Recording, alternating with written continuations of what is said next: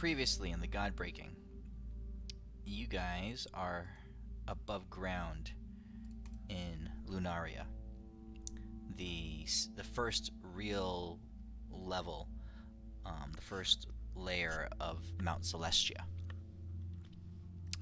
And having ventured forth, you found out that that the surface world of Lunaria is very hostile. The erosion, the chaotic windstorms caused by the maw of the void have made the surface of Lunaria a complete wasteland. So you guys had to do some creative thinking, and just to survive, Deimos, you called out to your god, and there was no answer. Instead, you got oh, what's his name? Shit, I don't remember his name. Who's the undead guy that? Oh shit! Crap! What is his name? What's his name? No, I'm blanking. I'm looking through my pictures. Hold on a second. I can't remember his name. Oh, jeez. That's what happens when we take a little bit of time off. Clarence? No. Was it Clarence? No, I don't think so. Shit. Where's his picture? Did I label his picture? Anyway, you called on the guy who answers when I'll have to go look back and look it up. Whenever you call out to Bane, or whenever you do any kind of divination, or Cornelius. Okay, whenever you do any kind of divination, and he said that he had just gotten a fresh jar of Mr. Bane's essence, and so he has a full jar and a jar with barely anything left in it, and he dumps the whole full jar onto the brazier that is connected with your divine energy, with your divine power. And as it happens, your legacy weapon bursts with energy. It flares up and it creates this yellowish glow all around you guys. And that glow is the only thing. It's an extension of your bubble, of your shield's bubble. It stays permanent on you guys, and it's the only thing that's keeping you alive in this windstorm. You move along and you land at this place, where the circle is, and there you encountered the remnants of a village or a town. And Deimos, you burned some more of your divine energy, because all that was left was the little jar. You burned some more of your divine energy, and you resurrect one of the gravestones, one of these corpses that you find there, and you brought up the Archangel Michelle, or Michael, but he goes by Michelle. I'm gonna return the energy I used on him to get that juice back.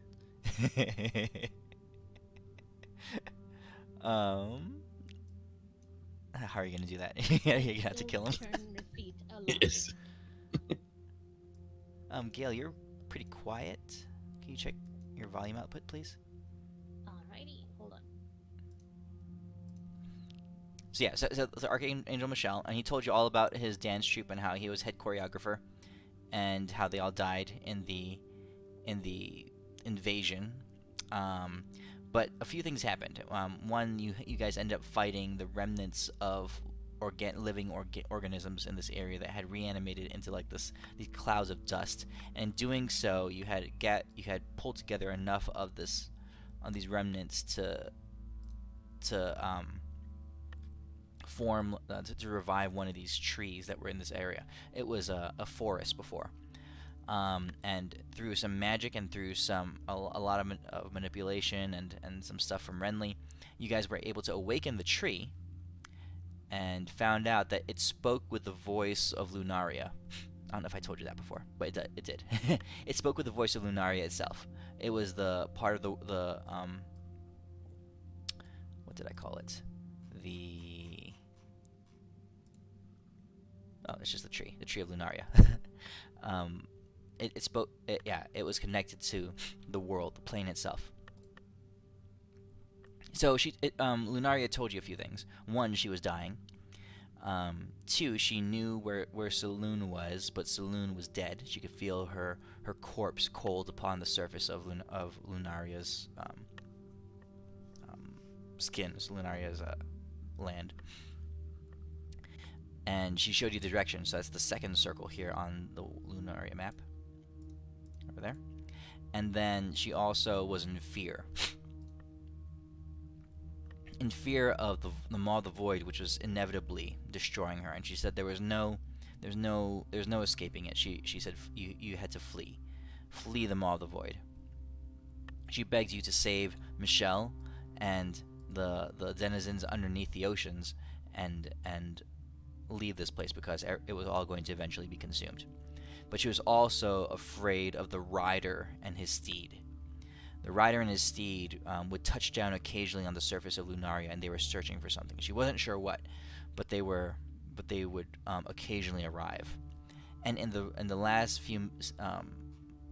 minute of our last session, you saw through her eyes as the steed, the death steed, touched down on this surface down here.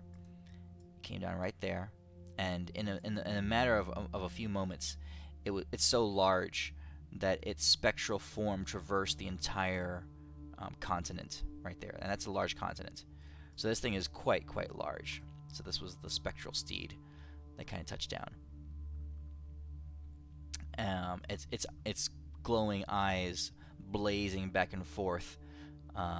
The heat of its body, you could tell, lighting up even the dry, dark sands, and its eye just wandering back and forth as it crossed the entire surface of that continent in a few minutes, and then its body flickering in and out of reality here, going partially spectral, partially physical, whatever, you're not quite sure. This is the steed. So this is the steed that Lunaria fears, and its rider is unknown to you. And then the thing vanished, having completed its trek across the continent. So I think that's where we left off. So it's the four of you, plus Michelle, plus Tempest, and you're currently on the map there. And you all now need to decide what you want to do.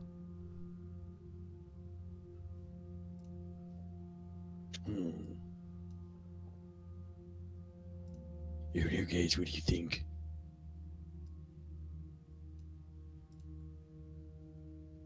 Well, we gotta get across, right? How are we supposed to evacuate everybody? Easy. I have no idea.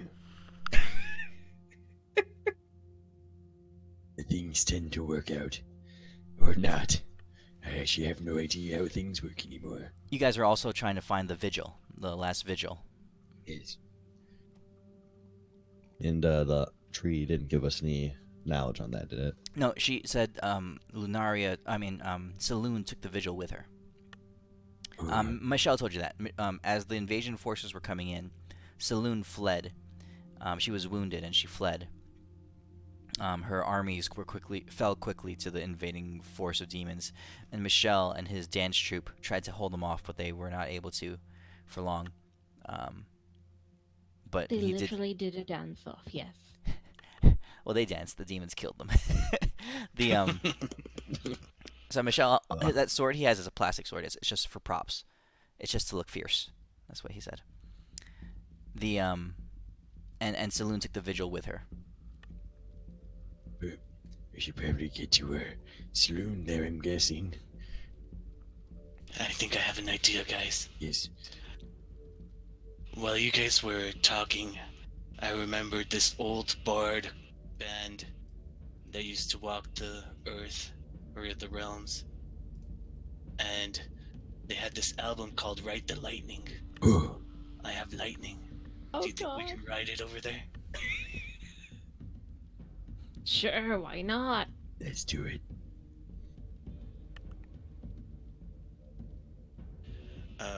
Okay. Hey, Adis, I'm ages. I'm gonna cast a lightning bolt Okay. and true polymorph it into something with saddles. No problem. I can do Hold on, I'm that. getting a call. Very back. So, This is horrifying. I'm playing Adis, and Adis gonna be like, I don't like those guys because they aren't guys that are nice to me. but I'm gonna polymorph that lightning bolt into a giant lightning bug of lightning. Okay. With saddles. All right. I mean, like, what? All right. So I'm gonna have Elwyn and Adis roll for this. So Adis will spark it, and Adis will also burn his legendary item for it. who's the only person who has a miracle left? Only one of you has it. I think Oh, Deimos. Elwood? Is it No, Elwyn? No, I used wait. mine. Damn No, I it, used yeah. mine. Okay, Deimos is the only one with a miracle left. Okay. So Elwyn, so you are, you have to make a Arcana check, and Deimos, let me check out what Adis's stat is. Arcana. He has a plus 18 to Arcana, so Deimos, go ahead and roll it. All right, and I will also Damas will assist by trying to mold it with his hands. Okay. So Deimos can roll athletics. So plus 18 to that. You know what? I'm gonna spark. Fuck it. Yeah. So he's sparking it. Yes. Ooh. Yes. Woohoo! All right. And Adis. So, so Elwyn, you in the middle of this, massively what the word I'm looking for is abrasive, but the windstorm is just howling and it's carrying all this rock and dust around. I mean, the visibility in this area is nothing. Is terrible. And what would your flesh would have been normally shredded from your bones in minutes, but because of Deimos's ongoing divine weapon, divine essence that is leaking off of his legacy weapon, you guys are protected. And there you pull out your charged stick, your burnt stick, now your staff, and you channel some of the lightning energy through it. And in the sky, it's dark and cloudy with this dust. You can see swirls of electromagnetic energy beginning to build static throughout the atmosphere. And you channel all that power, and you cast lightning. So go ahead and burn like whatever I did. spell slots you need for lightning, and a bolt of lightning comes charging down. And Deimos, you take your shield out and you hold it out in front of you, and the lightning strikes the shield. You hold it like up in the air, and lightning strikes the shield. So you're like He-Man, like just shouting out, "Oh, I have the power!" And you catch the shield, you catch the lightning on your shield, and the glowing divine energy coming off the shield slows the energy down. It captures it. It surrounds it in the celestial glow, just long enough for Adis to trigger his true polymorph. And you shape this thing. I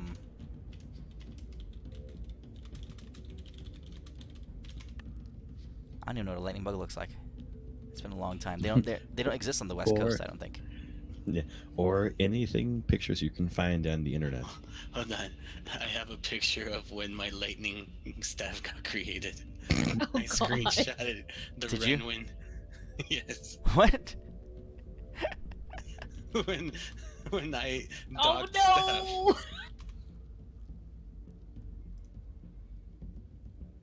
Oh, jeez. I remember this picture. Oh, yeah, when you and Renly were connecting your staffs. I still didn't look up that term. Renly. Renly. Yeah. So this is what you need to do. First, open a new tab in Chrome in incognito mode. No, I'm okay. And then type into the search bar, docking. It's okay. It's okay. The incognito mode is very important. Oh God. Is this like a Very. government like censor thing? Like, do they actually track people who like look this up? Oh God, people. No, it's just nothing that you want to affect your search history or Google's knowledge of you or anything Or like your that. credit score. I'm moving the screen over to the kitchen at some point, you know, as like a thing for the kitchen. And yes, I do not want my parents to find this in the history. That's why you go incognito. That's why you go when incognito. blame your Oh dad God. for- Push the blame on someone else. Okay. So you Okay, was I able to find an art picture of a? Oh, this is pretty good. Here, let's do this one.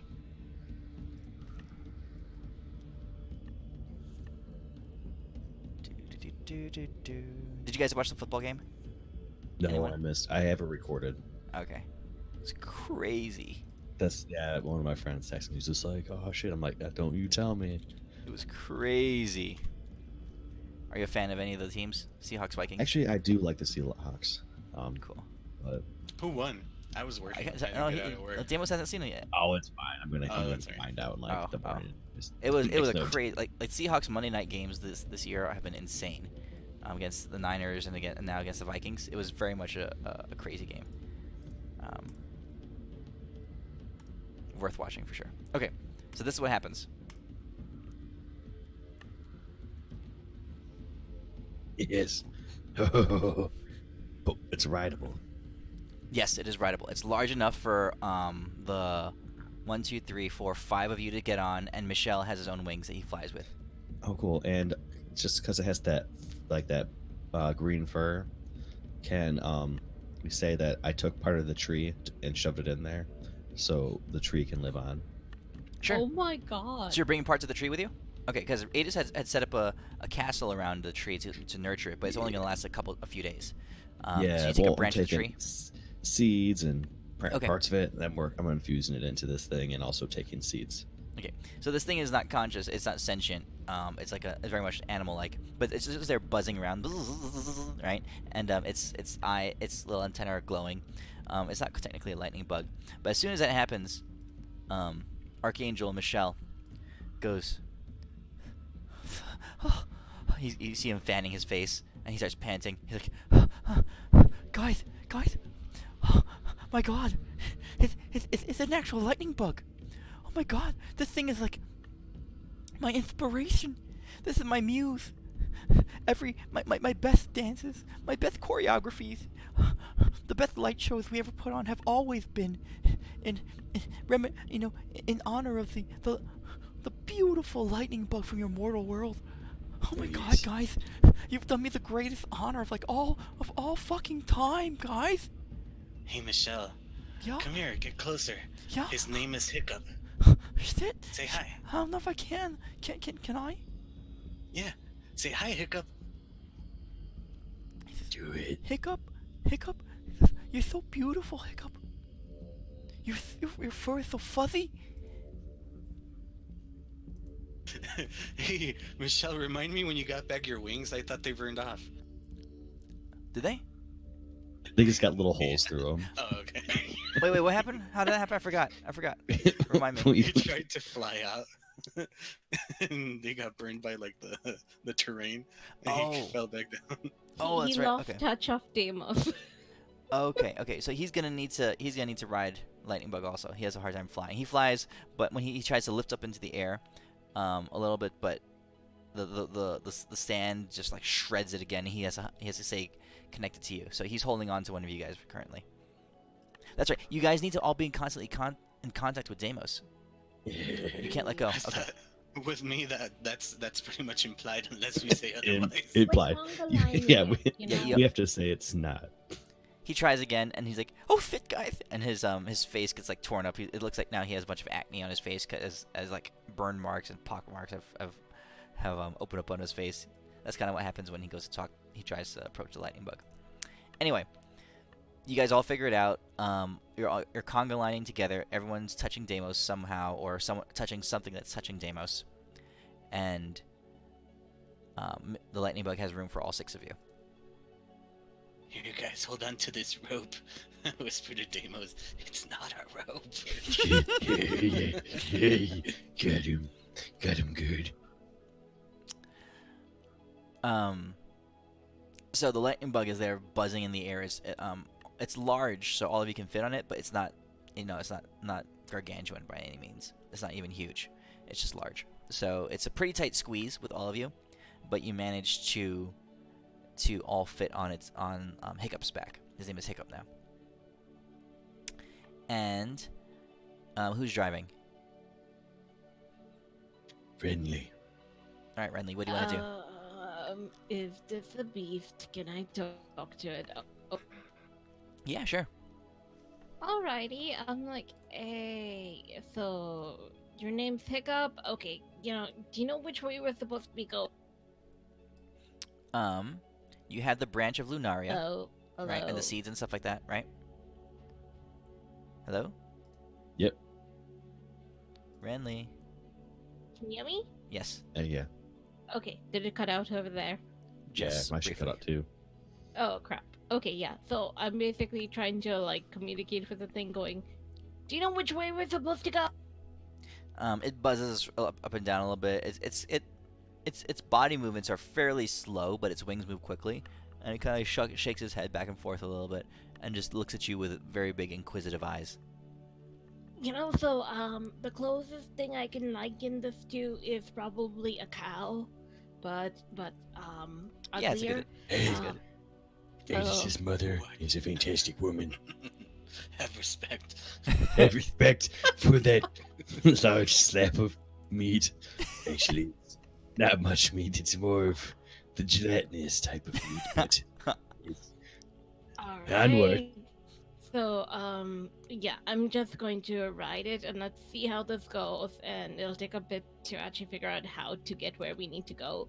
Okay. So, test driving first. Okay, so you start trying to steer it around. So roll me some animal handling checks. Oh, one animal handling check. Does anyone have a oh wait, and I'm like, Elwin, your lightning stick. Stick it out, and what do these things eat? Anyone? Michelle, this is your idol. I mean, what does it eat? Michelle says, "Eat? Well, we don't really eat up here. I never really looked down and noticed what the lightning bugs eat. Maybe like bark chips, or maybe like they eat. couscous. How about They eat chalupa. a nice quinoa bowl with black beans and organic kale? I am looking for a place to accidentally dump Michelle by accident. As we are like speed bump in the air, and then whoops! I'm gonna give you a chimichanga. I think. Hey guys, hold on a second. I think in my pack here I have an extra. Yes, I do. Before I died, I had packed myself a small, like a munchy snack for between rehearsals. So I have it here. When you resurrected me, Deimos, it brought back my stuff too. I have one piece left of avocado toast. Here, maybe Hiccup will like avocado toast. You know what, Michael? You might be right. I think it will like this avocado toast. I might grab it, smack it in his face. Ow, guys! Would you happen to have a kale smoothie to wash that down, Michelle? No, I drank it already. So sorry. Actually, that toast is probably pretty good. So I'll scrape it up and I'll shove it in his mouth. But I'll pull out some like a non-magical chimichanga, just a regular changa. Okay. And be like, honestly, everyone loves changas. Oh And, yes, give it fuel so it can propel faster. yeah. So I'm like load in the rocket fuel. Okay. Insert. And considering this thing has been eating quinoa and kale, I think you've just supercharged it, and it is now on a bend. We're gonna ride the lightning. Pass the vodka Okay. So or the tequila. Okay, so it But looks like I'll assist with your animal handling. I got like a plus 15, so Animal I'll help you. handling. Let's do this. with advantage, Renly, since he's assisting you. Woohoo! And I have Deimos handling. Can I assist Deimos to In the assist assisting? handling? Oh, I good. would Good assist. assume so. Good assist. Very good assist. Oh god, that too. So with the chimichanga, which Hiccup gladly consumes, and with Renly's skillful manipulation of and communication with animals, you're quickly able to steer Hiccup around, and it goes along with you happily. Its quizzical face changes to one of slight, simple happiness. So- I do the carrot and the stick approach, except here we have Elwyn's lightning rod Mhm. and my staff of the woodlands like tied together, Mhm. not docked, no docking. 'Kay. And That's we dangerous. have we have the chimichanga being dangled in front of it, so Okay. that to kind of like help it go in a certain direction. Perfect. And it buzzes off up into the air. Michelle asks for a brief moment before he gets on to the lightning bug. Guys, I need to do a few stretches first, before I get on there. I mean, just give me Yes, 1 second, I will please. help you. Stretch Let me- you. Yeah, And I let me do start some bending stretching. him in weird ways. You find him very flexible. Not bad. Have you ever thought about worshipping Tempest as your new savior? He says, "Oh, Tempest? You mean like the god from the god of war? Yeah, right there. He was the inspiration for my outfit and for this most recent dance I choreographed." Perfect. Now, Tempest, I give him the pamphlet, would like you to lift weights more and eat more protein. He says, my dance I would gladly do in honor of Tempest. I entitled the dance Fiercest Rar. Would you like to see a snippet of it? Oh my god! I'm going to save that for when I say "rar," you instantly dance. Alright, we're gonna use this at some point during this campaign. You got it. I would love to do that. Okay. So, Onward. you guys all... I'm side-eyeing Tempest's reaction to all of this. Okay, let me get Tempest. Well, you get Tempest. I'm going to cast Pepin's Undisputable Fact on Deimos, Yes. and I will cast this every 10 days, using my meta magic to give him disadvantage on the save. Oh my god! What is it? That every single pamphlet you give out, Deimos, is like the original one you drew, not the new one.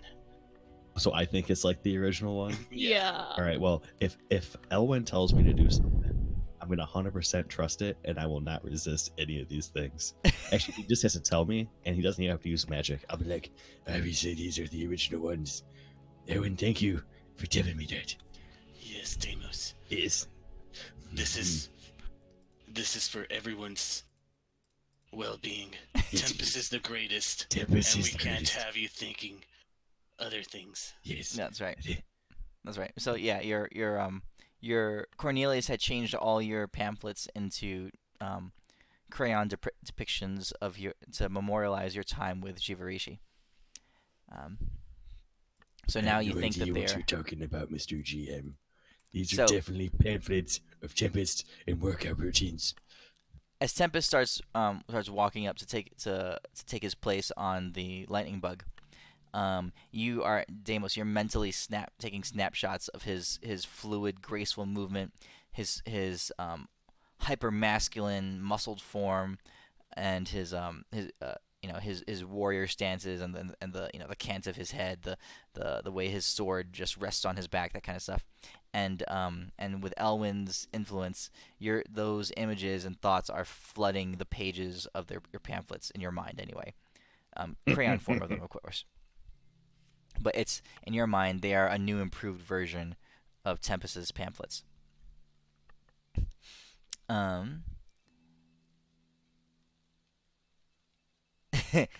As you walk by, Tempest puts his hand on your shoulder, Deimos. Here's you, buddy. Right. He says, "I think it's time that you and I got started afresh. Our relationship has been," he says, "tense at best." Yes. Tense. It's always when you work out, your muscles are tense. I get what you're saying. He says, "Yeah, I don't really do that, but for the sake of good relations between the party," he says, "I would be interested in learning a few things from you. If you would care to teach me some of your, exercises, perhaps if it would increase my battle efficiency." Just breathe, Deimos. Just breathe. Elwin, you know that Yes. Deimos definitely needs some mouth to mouth right now to blow some oxygen because Deimos is having a hard time breathing right now. It's like words like he never thought he would ever hear. Deimos, CPR. I'm gonna do a Deimos handling check to try to calm him down. Okay, while you're doing that, Compose yeah. yourself, Deimos. so you start helping Deimos catch his breath, and Michelle steps in and says, "Oh, Tempest," he says, I happen to be quite proficient in the calisthenics and exercises. Let me show you my favorite one." He says, "This is my favorite exercise. It's called the downward dog." And he strikes a full-on stretching yoga pose. And Tempest goes, This is so good for a nut check, but no, Elwin. Oh god. So Deimos, you snap out of your momentary lapse of concentration to see Tempest curiously inspecting Michelle's yoga pose, and he says, "And this will improve my battle efficiency? These exercises?" No. I have no idea what he's Michelle doing. goes, "Absolutely it will. It'll make you more limber. You'll be able to flit about more gracefully." Wait a second. You can be buff and graceful? Michelle says, "Well, I don't know the buffness, but look at this." Shh, mister. I'm not talking to you. I'm talking to myself. I think out loud now. I'm gonna put some notes in there, and so now, like when I just bench random things, and once out of every 10 sets, I'm gonna stretch and try to touch my toes. All right. I'll be limber. You see Like Tempest. one of those wavy, wacky balloons. So Deimos, as you come out of that thought, and that mental note, you see Tempest genuinely considering whether or not to try this yoga pose. No. Nope. Nope, Tempest. Don't do it. Don't do it. It's a bad idea. Let me show you the way that the way you taught me, because I know this is just a trick, and you're doing this because you want to make sure that I know the proper techniques to train them in the way that you like to train me. And Tempest, I thank you so much for this honor of trusting me, but I definitely took copious amounts of notes on the way that you taught me on how to get swole as fuck. Okay. Show him, Deimos. Show him. Alright, okay. I call this one the bending dog. And I take Michael and I start bending him. My god. Like I said, you find him very, very, very flexible. Very flexible. Um, Now, put shit on top of him, and I'm gonna start lifting it. Start getting rocks just slammed on top of Michael as I start lifting him with rocks at him. Michelle goes, "Oh!" And then as you and Elwin start piling rocks on top of him, Okay. And as you're holding him up. Yes. And then I squat. But when I squat, I bend. And I press him. I shoulder press while squatting. I put a walnut between his butt cheeks just so Crack Tempest it. can hear him crack. Yeah, it cracks. And when that cracks over, you see my head just shoot over, just like that. Shit, what was that movie? Venom snap? With what's with Zoolander. the Zoolander? Zoolander, yeah, with the Zoolander? yeah, with Oh Zoolander. I god. do that face. I do the blue steel. The blue steel. Yep. Oh Okay. Roll a persuasion check. Jokes on him. I hope this guy crit succeeds if he tries to do this because I'm so good at the. Tempest says, "Yes, I see. That might be a little bit too advanced for me, so I'm not going to try that one just yet. Just do curls. And tricep pull downs.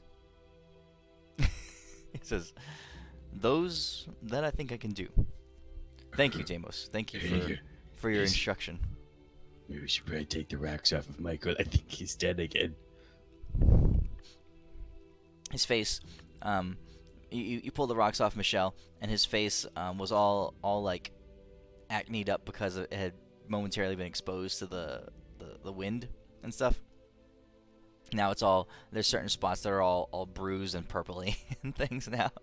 His lips are swollen, and one of his eyes is kind of like blackened. You're looking good. Look, you got in a good fight there. I don't know what you were doing under the rocks, but we should probably get on this lightning bolt, so stop diddle-daddling around. We got shit to do. He says, "Okay." All right, so you guys pile onto the bug, and Renly, now you're now pretty adept at sending the bug around. So where do you go? Yeah, where did we want to go? Did we want to go to the furthest part of like, were we planning on going there? Like, I'm going We to gotta an go air- across the ocean. across the ocean. Okay, lead the way, and I'll follow your direction. Heaven Point. Okay.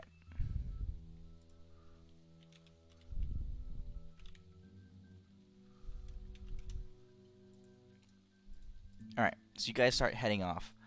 The travel from here to over there, at the speed of Hiccup's flight, it's not a short journey. It will take you several days.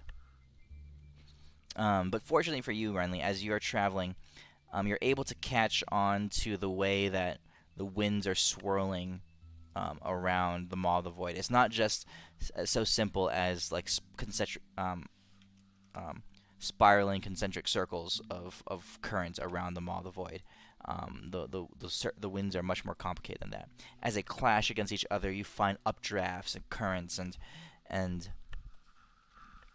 gale force winds, and then occasional doldrums and stuff like that.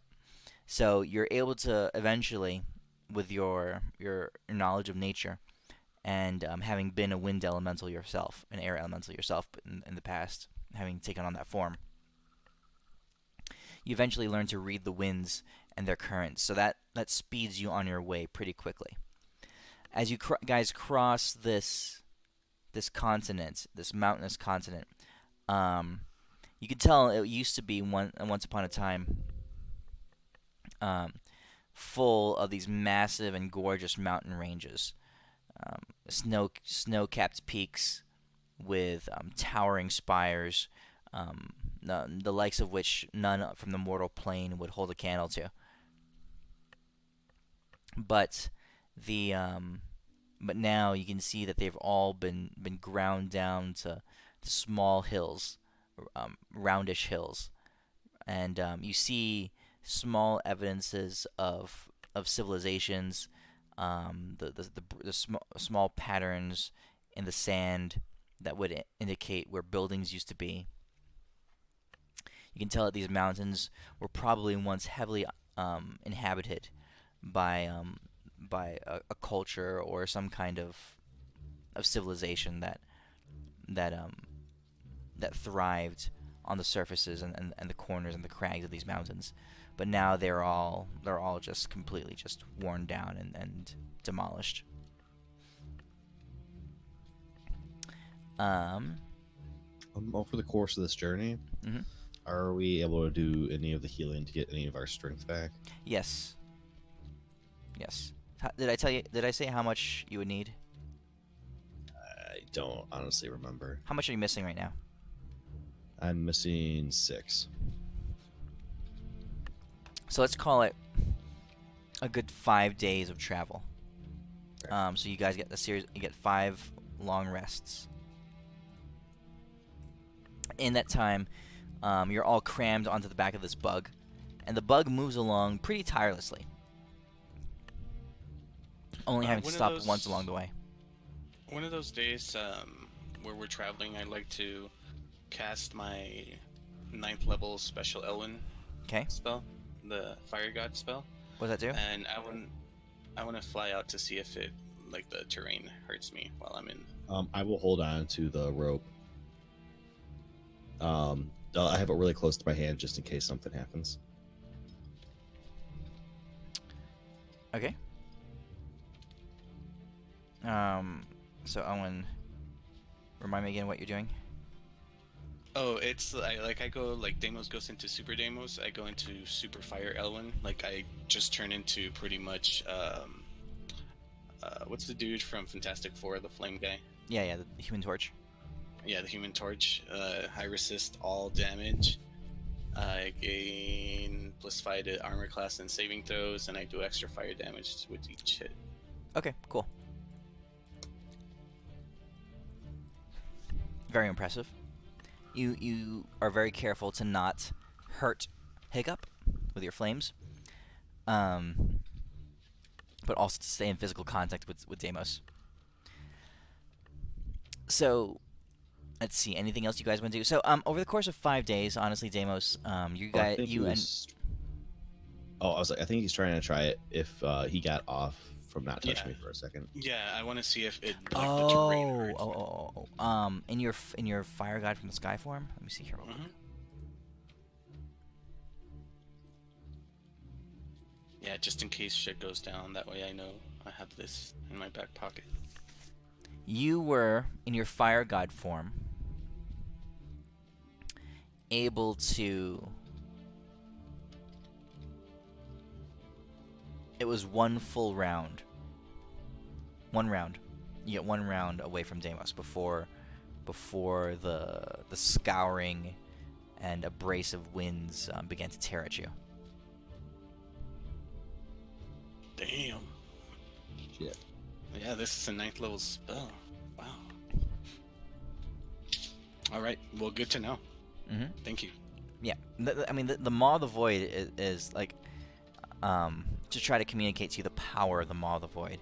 It was immense. It was enough to break your force cages when you're in the water close to it.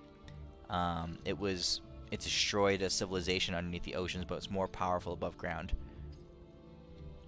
I'm starting to think that the rider accidentally fell off his horse and fell in there, and now it's making the Maw of the Void.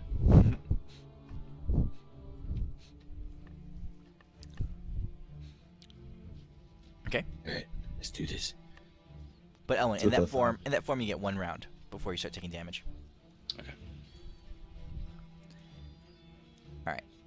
So you guys cross that mountain range, and in that time, I'll say that your guys' it's long enough. Your guys' stats return. Oh, that's right. I forgot about that shit. Because you would have cast, done enough healing and greater restorations and all that kind of stuff. Although Deimos, you find yourself as you're Oh yeah, I'm not using no energies. okay, so it's mostly Renly, Renly who's doing restorations and that kind of thing. Deimos, because you are working on a limited pool of supplies until Cornelius is able to refill his jar from Bane.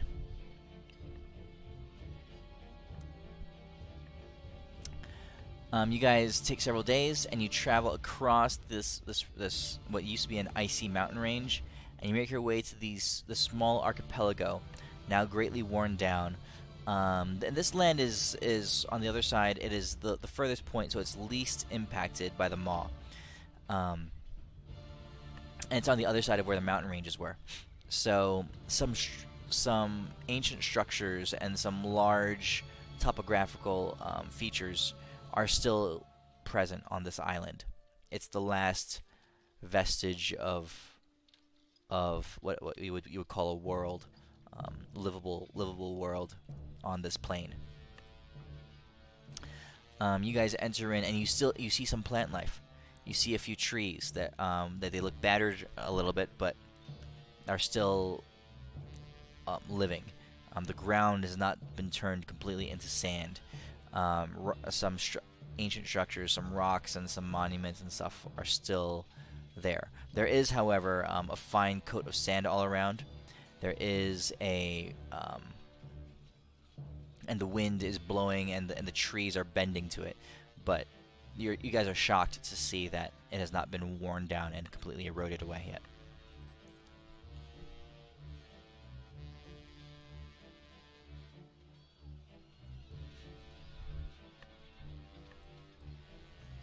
Looks like that's where we gotta go. Onwards. Okay. Yes. Now, like, are we able to? I think we can like not have to be in contact with me the whole time to stay alive. In this area, Mm-hmm. you're gonna try it. I'm Elwin, gonna- go. All right. You know I'm the going thing. to Dingle's tether spell slot. Alright. Before, like, still in contact, since Damos is in contact with Hiccup, I'm Uh-huh. gonna like fly under Hiccup.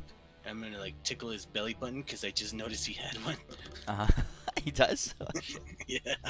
Obviously he does. I asked to tickle Adis's belly button. Adis is like, ooh, stop tickling my belly button. I want to do dances with Michael Moore. Oh, he does. He does have a belly. Yeah, the belly button. Oh God. And then I'll fly out. I'm Okay. gonna say, safe word is popcorn. What was it in the office? He says my safe word is what? Harder, daddy, harder. Oh God. That's um, What happens to the Elwyn? as you break off, and are you in Ellen form or are you in fire form? Oh, no, just Elwyn form. Okay, as you break off, the wind begins to blow, and your hair and your robes are like caught in it, and they're full on like gale force wind mode, like hurricane winds, like 60 miles an hour stuff. So your clothes and robes are flapping in the wind, and you have to squint your eyes a little bit because it's kind of hard to see. And the occasional dust will get in your eye, that kind of stuff. But and you had to like huddle a little bit to keep yourself from having to because it's definitely uncomfortable. But for the most part, you are not taking damage. Yeah.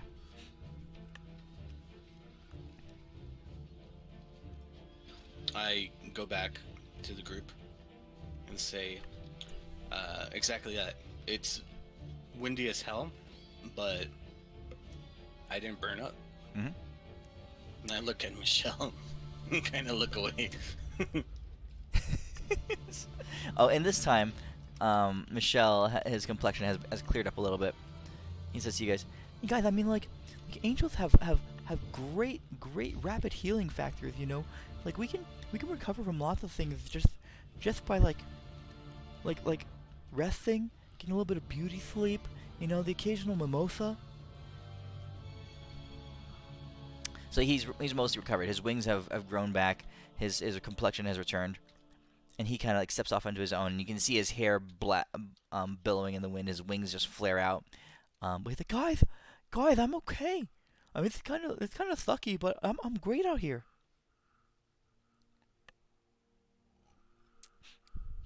All right, let's lead Hiccup in Oh, wait, before that, since looking at the terrain, does Mhm. anything stand out? Yeah.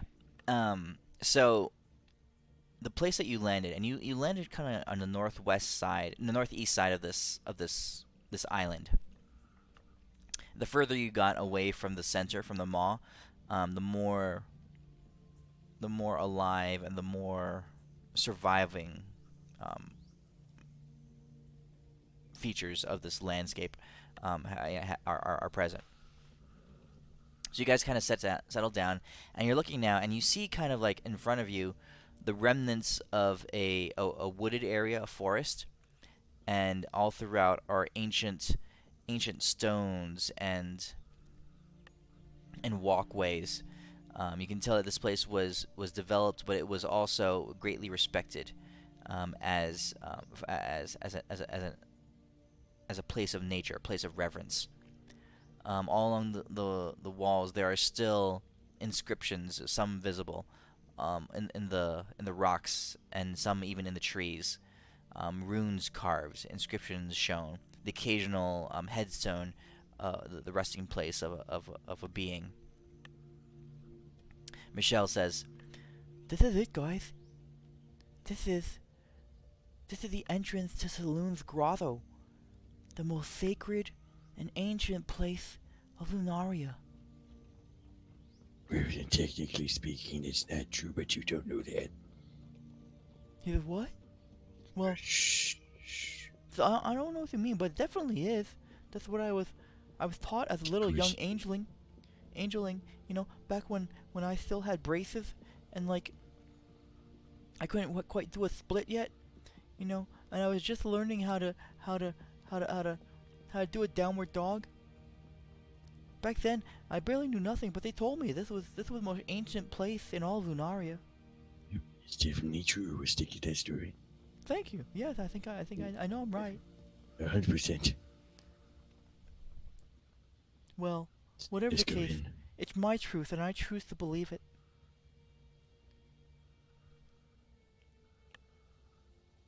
All right, guess we're going in or something. You guys going in? Yeah. We're going in. You follow a Hiccup, walkway. hiccup. Yes. I'm gonna have Hiccup. I will tell Hiccup to transform back into Elwin's staff and to come back out when we call him, because that's the ability that he has. God. So I Makes touched sense, though. my staff to Hiccup's little antennae, Mhm. and then stuck him into my staff. He was lightning before. Okay, so let's say along the way, you guys channeled a bunch of like high powered all your magical efforts into making that the case, to altering his form. So it's you Yes. and Adis and Deimos and Renly all working together to try to change Hiccup's form so that he could be summoned like that. Yes. Yes. Yes. Okay, fine. All right, that works. So Hiccup disappears into your staff.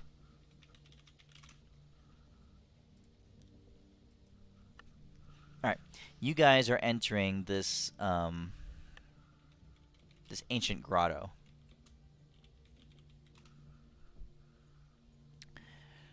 And as you do, the solemnity of it all just kind of strikes you. This place is storied. It is from time immemorial. It is a wonder of like parts of this are older than your whole world. That's kind of the feeling you're getting from it. Is it still all windy in here? Or... Well, the further in you get, which is the further away from the maw, you're finding that the tree cover and the rocks and stuff are preventing a lot of the wind from cutting through. So as you get in, you're actually seeing these trees these massive ancient oaks with hardened barks and hardened shells are still standing. Some of them are dead at the very peaks, but along all further down, life kind of grows off of them.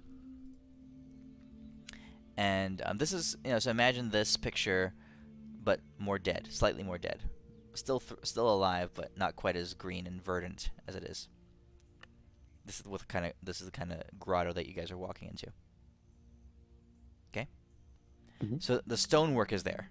The stones are in place with the glyphs and the writings on them. On the trees that you're seeing around, they're at the very tops. They're worn down and ripped away. But down here, there's enough of them that it's bad. It's preventing it's blocking a lot of the wind.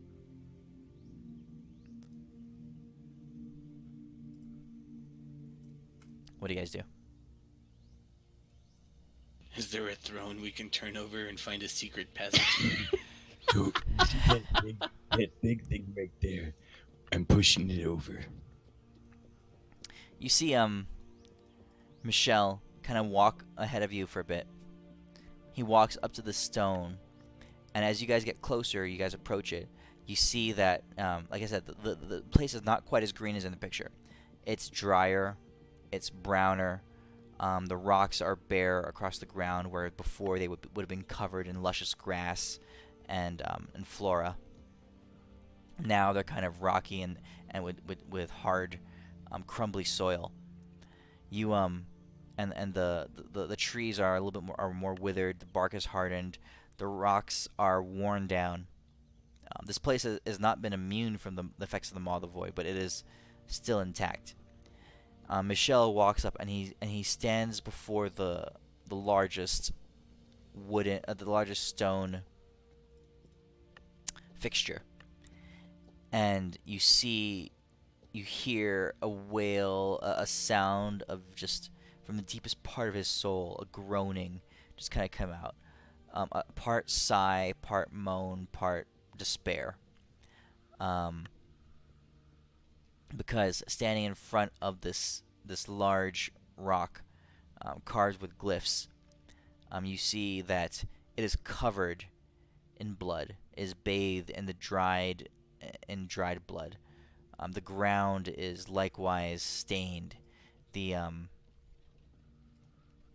the stench of death just emanates from it. Littered around the base of it, you see a few corpses. Some rotted away. Corpses of angels, some of horrific, monstrous creatures.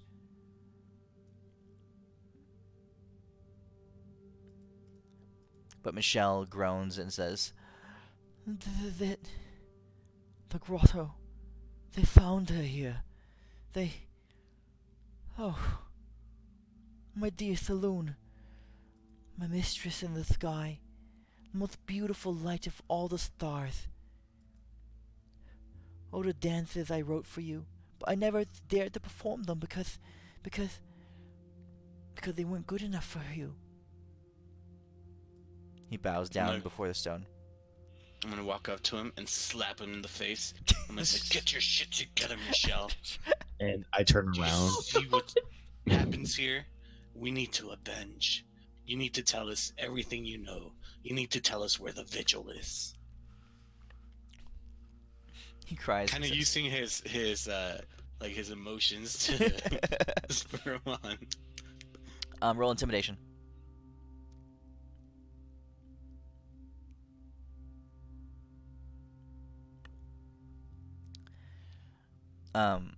The tears begin to flow.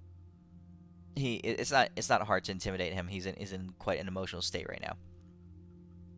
And he says, "But I sensed her. I sensed she was here. I could tell, but this..." He says, "She's still here." He looks at you. He kind of grabs your robe as he's kneeling down. You're standing there. You slap him across the face. He holds on to your robe. He's like, she's still here. That's why it's so disturbing for me." He says, "All around me is death, but she's still here. Something very unholy happened in this place. Something terrible. And I know that my goddess Selune was at the heart of it. And he's still crying. The tears are flowing. He's bawling. His face is red from where you slapped him. Michelle, you say she's still here. Where do you feel her? He pauses. He looks around. She's still here. And his eyes go towards the base of the larger stone. And there at the base, there's a it's been here for several years. But there are a couple fallen over rocks, and the blood is heavy in this area. And it's not blood anymore. It's like the rock has been stained red, dark red. A few of the rocks seem to be laying, a little bit too orderly. Too orderly to have just fallen over and crumbled. He says, Deimos. There, Yes. guys. That's where Selune was. Deimos. Go into digging mode. Deimos, dig dug head on, ready to go. Minecraft this shit. Pull out my diamond pickaxe and I start going ham. Oh my god. Okay. You tear away at these ancient sacred stones. And as you do, you're ripping away. You hear Michael's cries, or Michelle's cries, from over in the corner, just kind of bawling out. Now he's full on sobbing. His tears are striking the ground, creating a damp pool at where his knees are. He's sobbing. His wings are shaking. Sweat is pouring off his forehead and his shoulders and his arms, as he's in full on agony and despair. I'm gonna go and collect some angel tears because I'm sure they'll do something. Okay. Just cry into this flask, please. It'll help Selune. Yeah, man. Okay. Deimos, it takes you a few minutes to clear the rubble and to break down into the rock beneath. But you can tell that these stones have been laid here purposefully. It's a grave site. And as you unearth the final stone, as you pull it from the ground, you see lying there before you a corpse. What might have once been beautiful, tinged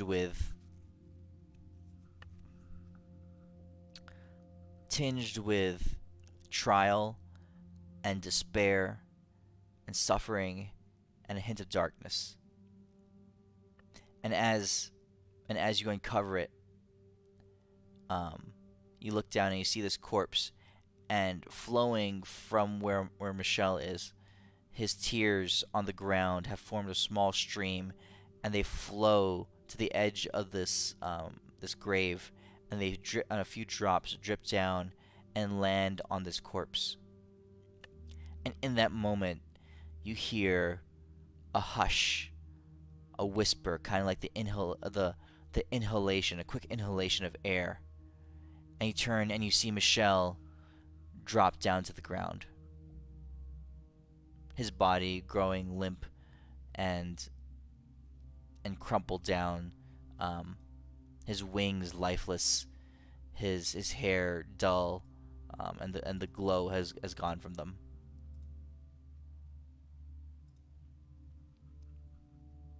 I'm gonna check him. Is he dead? There is no life in him. The weirdest thing happens, but I'm punching this thing in the ground. Wait, is it hot? Oh god. It was hard to see in the darkness, but now emerging from the ground,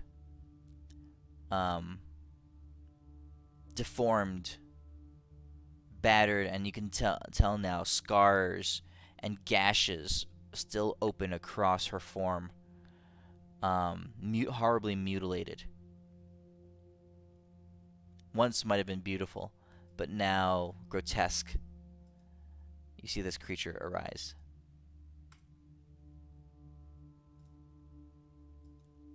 Bro, Adis, your mom's here. I think you forgot to bring your lunch to work.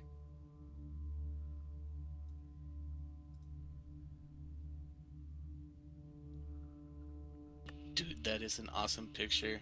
It's mesmerizing. Oh my god. I wish I could draw. Every picture you have, I'm like, damn, that's cool. You hear a guttural voice. It's like the world has gone still and silent around you. The trees have turned red as her body kind of slinks out from beneath the surface of the ground. And you hear a voice just echo from her shut lips, but vibrating from where her throat was, or is. The dry, desiccated remnants of her throat just vibrating there. You hear her say, "Why have you risen? Me? Why have you called me back? What darkness is this?"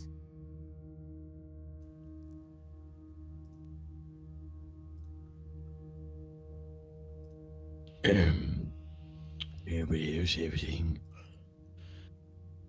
We have come to take back the heavens from those that breached them, that breached the gates. We've come to take revenge and fix everything.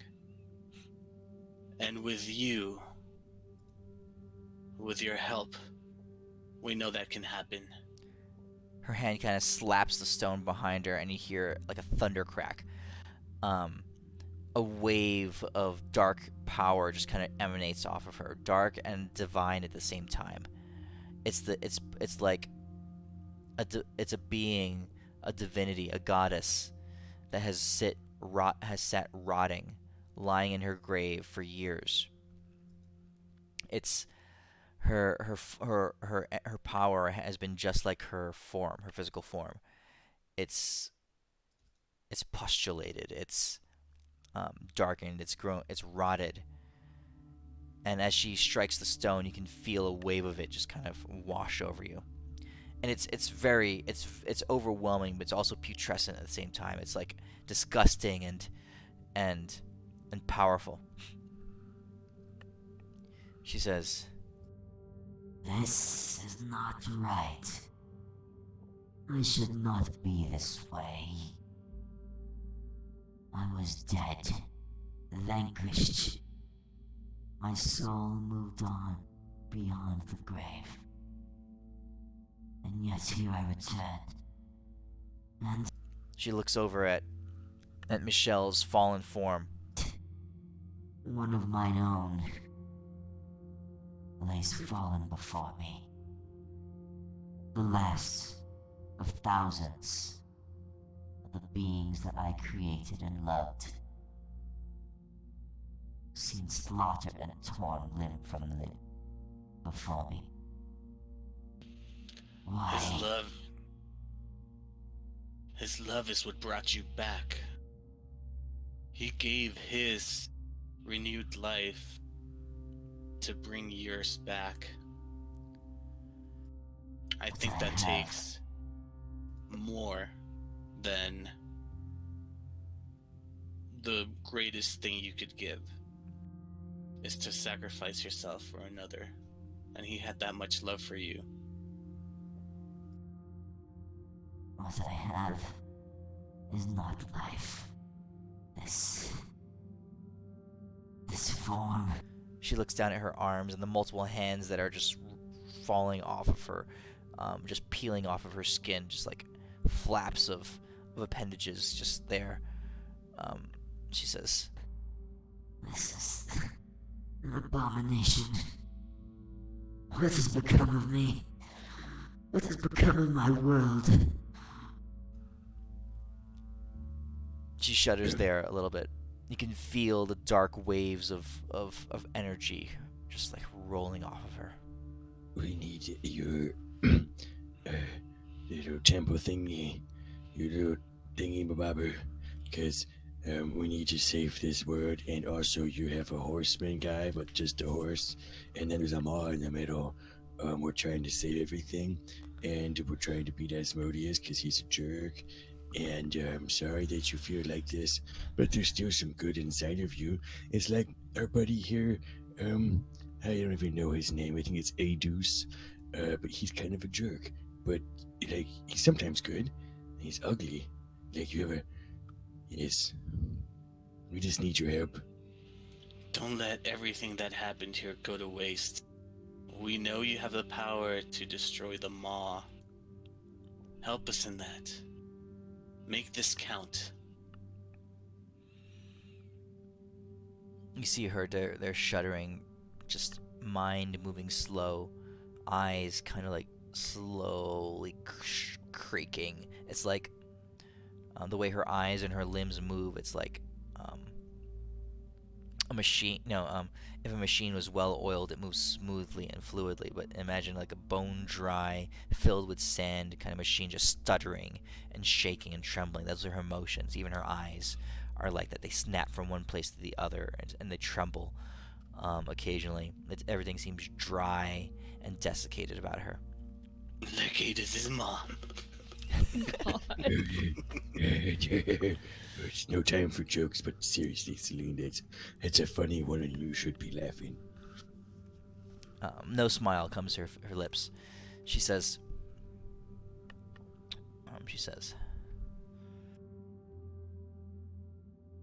My world.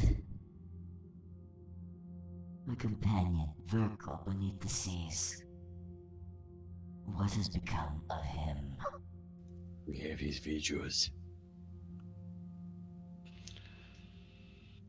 We have saved the creatures beneath the waves, united the tribes, rescued the vigil.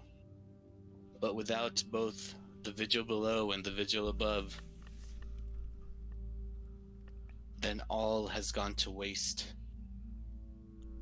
she says, I sense them now. My eyes, though closed in death, see beyond. See more than when I was living. There was so little I was aware of when I was alive. My mind and my attention taken up with things of life, angels, mortals, blessings, divinity. They were all mine, and they blinded me to the truth. I see clearly now. I smell it. I can taste it in the air. Though I am sightless, I yet see. 3 things exist upon this plane that should not be. 3 beings of vast power touch and influence this world. And yet... Wait. There's more. There's a 4th. Yes, a 4th. Small, but still active in things. 4 things in this plane that should not be. The first. she prophesies. Her hands wave wildly in the air. The multiple limbs that just flap around, forming kind of like a dress, a skirt. You see their fingers twitching and forming these grotesque, inhuman angles and formations between their joints. She says, The first of the abominations of the intruders on this land. The first is the most obvious. left here by the god who broke all other gods. He who stood so far above me. My strength was as nothing compared to him. I fell before his lieutenants. He did not even raise a finger. But he planted a seed. A seed. He planted the death of this world here. And it is succeeding. It rips apart my beloved Lunaria. You can see her groan where there would have been tears. There's only dryness. Where there would have been sobs, there's only a dry, hoarse, cracking, groaning sound, creaking sound. The maw rips apart my land, rips apart my companion, Lunaria, this very world. She screams in pain and agony, for she knows her death is near. The second comes and goes, but I know it well. He was at the forefront of the invasion. With a swing of his blade, my legions of angels fell. With the stomp of his steed's hooves, my continent, my lands were broken and split apart. He, the first of the red gods, angels of death, his 4 horsemen, still the echoes of his horse's hoofbeats fill my ears and break my bones.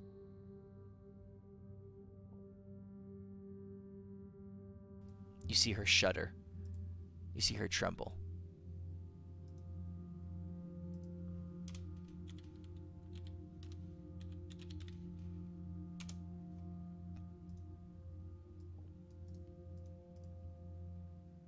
Please continue. Please continue. You said there were 4. She says, so she's still talking about the second one. She says,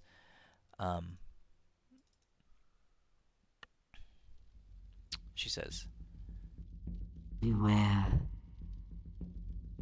Beware the rider and his steed of flame. His is domination. His is destruction and the force of rule. None can stand before him. No god, no angel. For he is part of the essence of Asmodeus himself. and as she says Asmodeus' name, the ground beneath you trembles and shakes, as Lunaria, this planet, trembles in fear. He is conquest, and he rides upon his steed, Glory. The first of Asmodeus's 4 horsemen.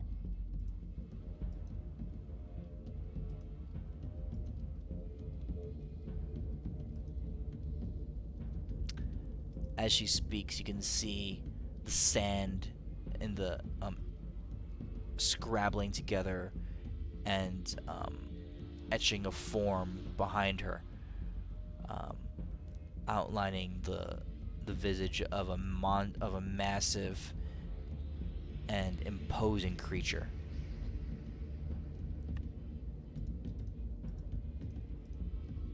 This is Conquest.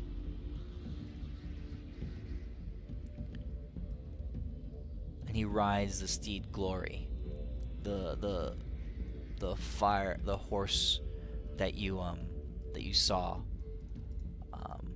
She says again, Beware when he rides down upon you. There is no surviving. His scythe, his gaze, the flame of his steed's hooves.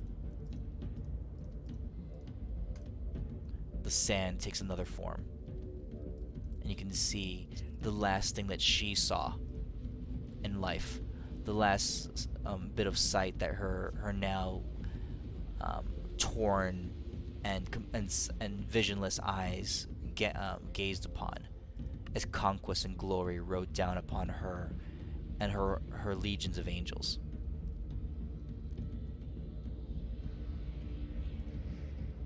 Dude, never disappointed with those pictures.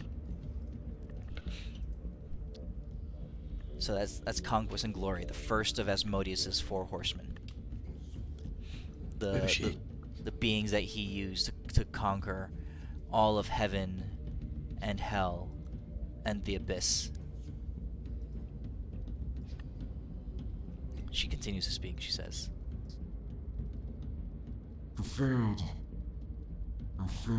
creature that should not be in this world is one left behind. One of darkness, a demon, powerful, remained here to see me and all that followed me dead, to see that which I loved not just killed, but desecrated, to see my vigil broken and shattered and spread amongst the sands. A demon yet resides on this land. She is strong.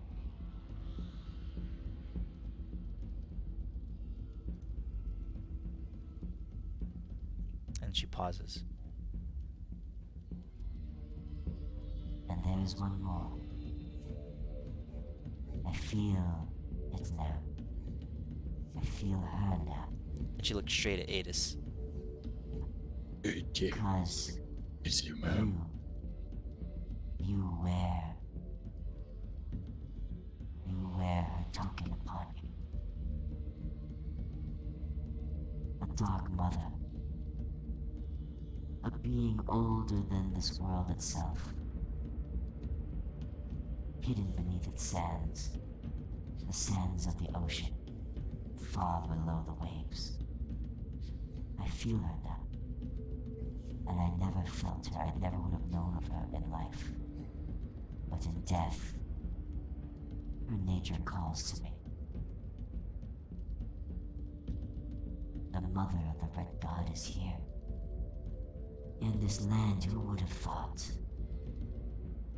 Who would have known?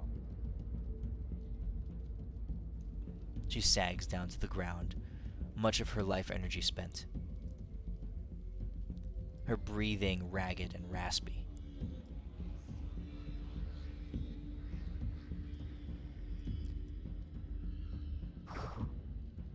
What do you seek to do in this dying world? You mortals. Mortals with a touch of the divine.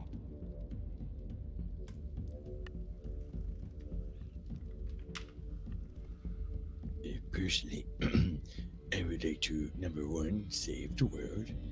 If this land can't be saved, I would like to take things from this world and bring it to another one so it lives on.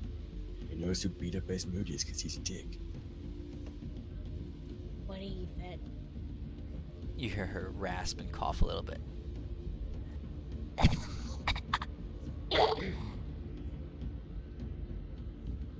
Wishful thinking, mortal. But if you can save even a few of my people and of the people of this world, then my gratitude, my eternal thanks are yours. And we shall do that and more. One of the creatures that you mentioned, one of the 4. I'm not sure if you meant a very powerful lady that fathered Asmodeus. That was the We last one met that she her. mentioned. Oh, Yeah. she did. Okay. Sorry, I was thinking about Celebrity Jeopardy and the horseman, the horse seaman. I was laughing the whole time. Have you guys seen that one? Yeah. Hello, I like your mother. And seaman. And he draws a picture of it in Final Jeopardy, the top half. Yeah. Oh, yeah. Sorry. Do you know where these creatures are? Besides the one in the ocean? And also, do you know where your vigil is? Because all those things would be very helpful. And also, any bonuses you can give are just be fantastic. So she named four foreign beings on her land. One is the Maw of the Void, or not a being, but just like an invasion or an aberration, a desecration of her land. One is the Maw of the Void, left behind to break this world, and it is and will finish what it was doing. So she told you to flee. The second was the remnants, the echoes of conquest and glory that still touch down occasionally on this world. The third was of a demon, a demoness, who took her vigil in death when she died, and was tasked with ensuring that none would find it again. Broke it, shattered it across the sands. Perfect. And the fourth one was about the lady who was as old as the plane itself, older, who lives beneath the ground, beneath the sand, beneath the waves, is what she said. And she only was aware of it because Adis carries her hell spike. The 8 is still due. Adus. Alright. So, out of everything that you just mentioned, I believe the most pertinent thing to do, the most important thing, is to gather the vigil that was shattered, bring it together, fuck up that demon bitch, and once we have the two vigils, I can travel between them. I can take everybody from this world back to a safer place. We already conquered one of the levels in Mount Celestia, and your people can live there prosperously under the watch of the goddess Mistral. No, Akelia. Mistral is dead. Akelia. Mistra, what's her name? Yeah. Well, she took over Mistress domain. Yes. And Akelia is his niece, and she's pretty Yes. cool. She's alright. Like, she's really cool. Very And then nice this is lady. Tempest. I don't know if you met. He's the god of war. He does some awesome squats. Very good. And He's very limber. yeah. And now I'm Elwin, by the way. And then the little one's Renly. Hey. And then well, you already met Adis and stuff. So what do you say? Let's get back your vigil together. One last hurrah. Help us save everybody we can from your lands, and deal a mighty blow to that red dick.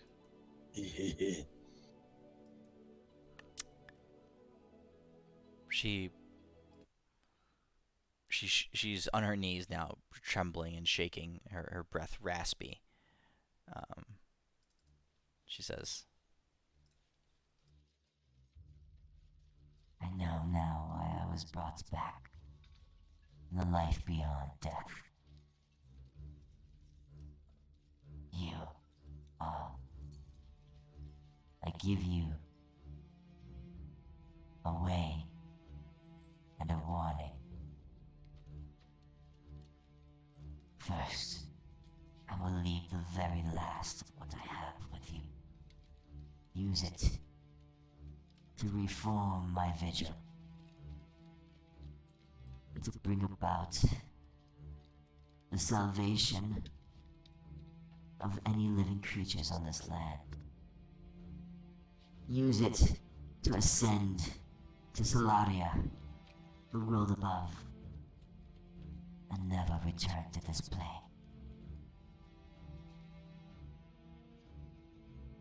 The warning I give you is this. Once I give up my life, Spark, the last I have, I will become the instrument of your death should we cross paths again. My body still contains some of my divine strength. I do not want to tear you apart, but I will. I will, if we were to cross paths.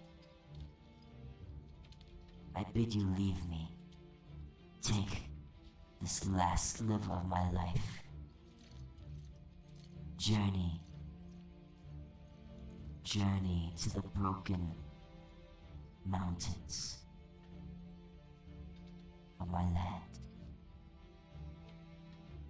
Find the bearer of my vigil, this demoness, destroy her, and never come back again. After we take up this quest, which we surely will, and your mind falters, why don't you use your power right now to set your mind to go and face Glory and his rider in a glorious battle? When she gives you the spark, the last life essence, bit of life essence that she has, her body, her life will be gone, but her body will remain animated, is what she's saying. Okay. And it will destroy anything it comes across. So she's warning you to never come back to her. Okay. Well, we leave you with this.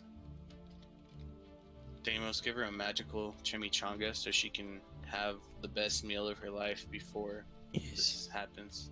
And some tequilas. Yeah. Okay.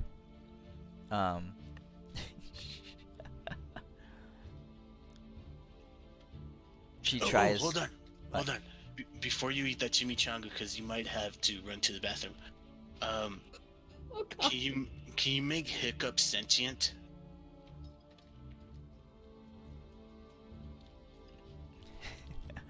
She It's a says, free add-on. Maybe give him like a 3 intelligence, so he Don't can be like judging me laugh right when now. I tickle him. I have but one gift to give. Oh, that's Were I really to tough. bestow life upon your creature, it would think, it would act, but you all would die, for the vigil would not be found. Okay, let's go with the other one then. I'll Yes. find another way for Hiccup. Also, can I have your hair?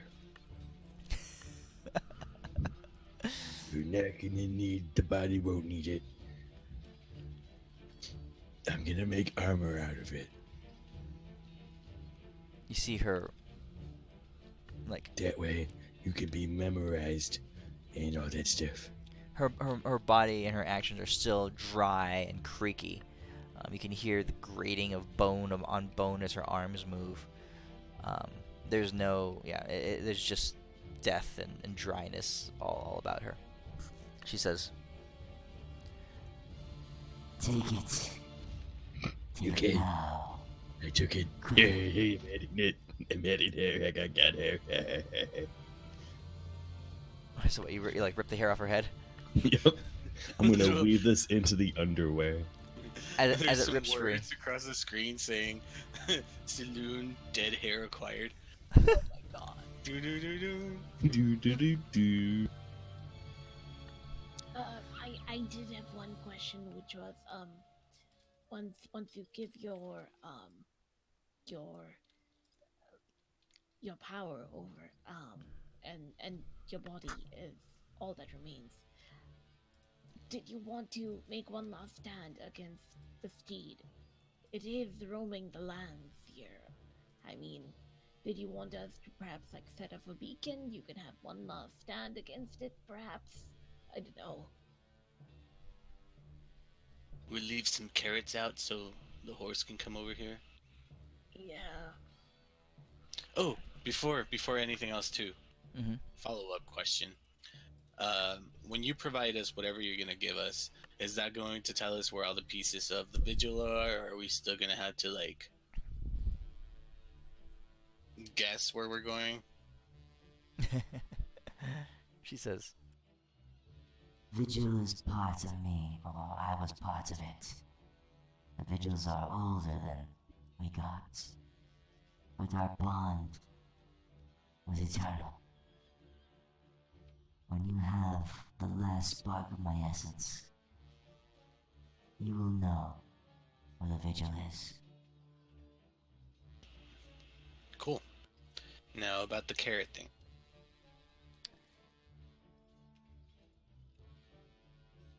I was conquered. Were I to stand before glory and conquest, my body would be enthralled to them. Conquest no. would dominate me. No carrot then. No Got carrots. it. Okay. So Chimichanga. this spark, would it awaken a dormant god?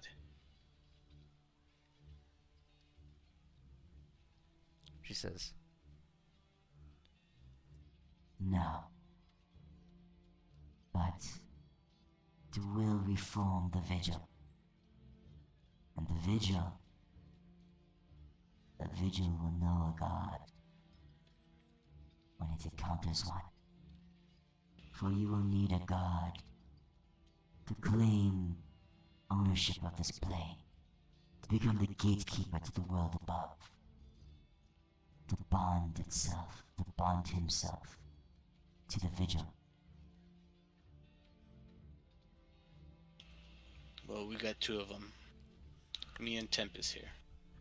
Well, yeah, but let's get on a sucker god that wants to be in charge of a plane that's getting eaten by a maw.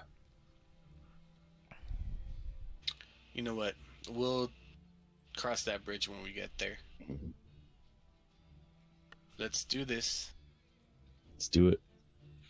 Yeah. Feed her the chimichanga, some tequilas, and then she can give us that shard.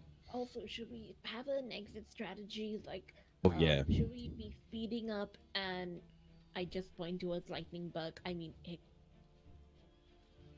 Yeah, we going out of here fast. Should we have Adis have sex with her so she goes out with a bang? Well, yes. Oh, I'm Adis. Adis is I'm going to go polymorph into a dildo, and yeah, I'm just gonna go do the thing here. I'm gonna stick around after she gives you guys the spark, see what happens.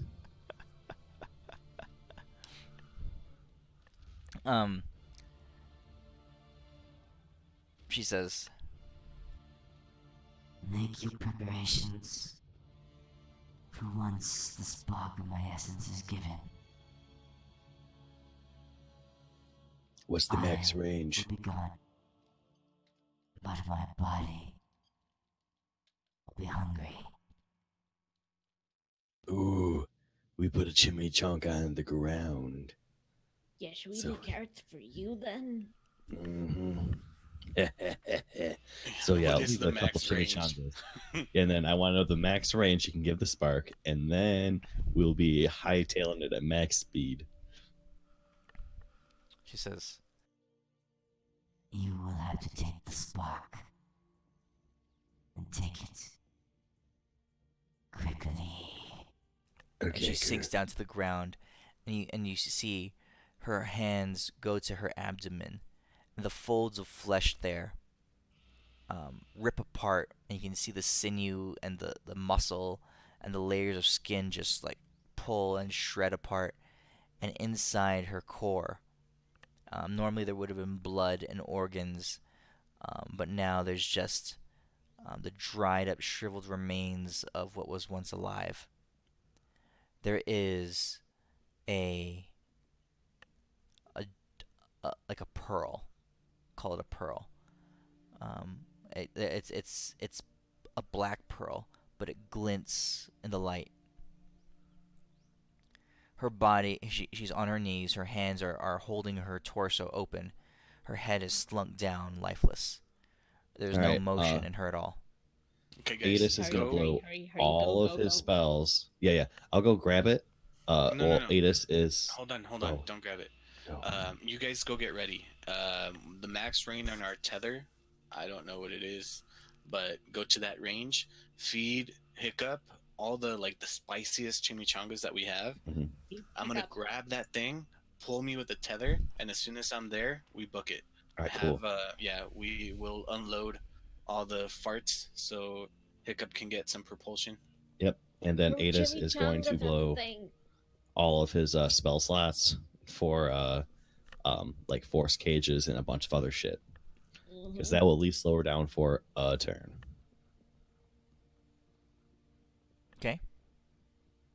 All right. So you're helping prep Hiccup, loading him up on chimichangas, a distance away. Let's say 50 feet. I forget what the max range of your tether spell is, but let's say that's what it is. 500 miles. 100 feet. What? All right. So 100 feet. So what preparations are you making to slow her down? You said. Adis is going to make a buttload of force cages and force walls, like pretty much compressing her body in. Okay. Deimos is going to have his tether ready for Elwyn. And we placed a couple chimichangas on the ground to distract her as we make escape. Okay. All right. And I'm So assuming we're going to try to primo haste cough or hiccup. so those things have been placed. You give BRB, like chimichangas 30 seconds. to Hiccup, and so Ellen's on his way back. All right. So I want Ellen here for this. I'm going to go grab another drink. We're back. You too, then.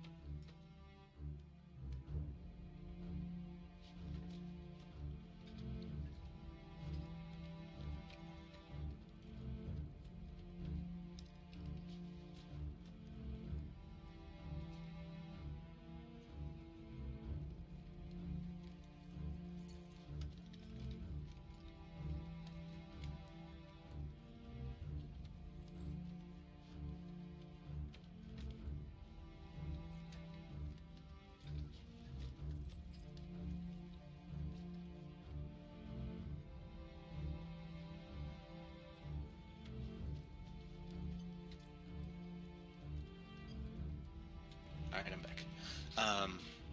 While everything's prepped, I'm gonna go over to Michelle and take his plastic sword, and then I'm gonna go grab the spark. I am going to foresight Hiccup. Oh, and I'll prep. If it's an action to grab the thing, I'll quicken a crawling chaos. So when I get back to Hiccup, I'll cast the crawling chaos behind me at her. That way, when she breaks through all of the defenses, my spell should be getting to her. Okay. What are you doing? So I'm gonna go grab Michelle's sword, Mm-hmm. take it as a souvenir. I'm also Plastic taking sword, some of okay. Michelle's hair. You get a plastic sword. It looks like it came from the dollar store. And then I'll go grab the thing, and then I'm gonna prep. I'm gonna quicken a crawling chaos. So once Deimos tethers me back, once I'm on Hiccup, I'll turn around and shoot her at her, and it'll slowly start crawling towards her. So when she breaks through the defenses, my spell should wash over her and kind of slow her a little bit too. All right. I am foresighting Hiccup. Okay. And obviously, I have Michael's body on there too. Okay, you're taking Michelle's body. Got it. Yep. All right. You got your preparations have been made. Elwyn, you are standing in front of her body. You can see her form. It's not completely motionless. There are small trembles and twitches that are moving through her arms occasionally and through her hands. And you can see the strands of sinew and muscle and what would have been veins and arteries and stuff inside her body now all dried up and blackened, occasionally twitch or vibrate. And there in the core is a small black pearl about the size of a marble. What do you do? I'm gonna grab that shit. I'm gonna grab it and yell, "Popcorn!" And All right. I say, "What does that mean?" Go, go, go! I'm How are just you- joking. How are you grabbing it? Are you grabbing it like quickly, like snatching it real fast, or are you like doing like a very slow extraction, trying to disturb as little as possible? What are you doing? So I'm going to reach in, make sure that that the pearl is closed in my fist, grabbed tight, Mhm. and I'm not gonna pull it out. I'm gonna say popcorn while I'm grabbing it still in her body. So I'll use my strength modifier to use it to pull them out. Okay. Elwyn, you grip it in your hand. Deimos, 100 feet away, astride the back of Hiccup. You hear Elwyn whisper through your sending stone, and also through your personal bond. His safe word. What do you do? Deimos, with all of his power and might, like flexes, pulls Elwyn and whatever he's carrying into the chain tighty whities of holiness. Okay. And then you get the fuck out of there. You're pulled, Elwyn. You're pulled with lightning speed. I mean, like your body accelerates, beyond the speed of sound, fast as a bullet. As one, and with you, the pearl is pulled out as well. Deimos, roll a. What'd you say? You're pulling it with athletics? Yeah. Alright. Roll athletics.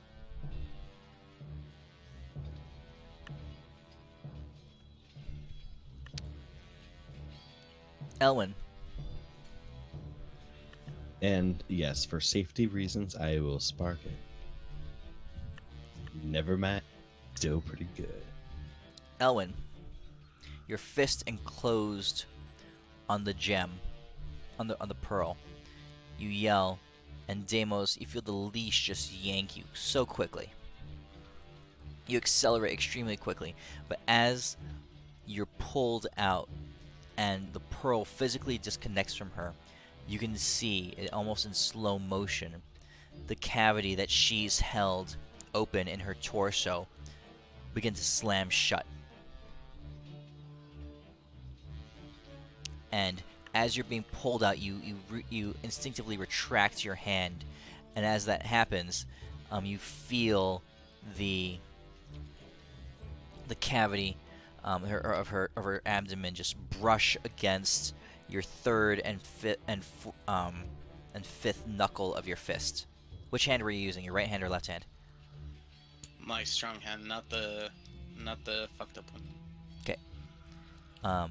And as that happens, you can feel the flesh just shred off of it. The bones crack in your hand, and a shock shock of pain travels up your arm.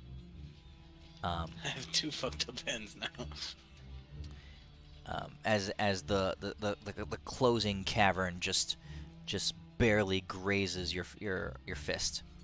Your hands your right hand is now the bones in it are broken. And then you travel like at bullet speed back next to Deimos, and Hiccup fires his wings up and blazes up into the sky. And as Deimos, as you feel Elwyn come into place right behind you, you turn around and you see blasting down the path, already 50 feet closer.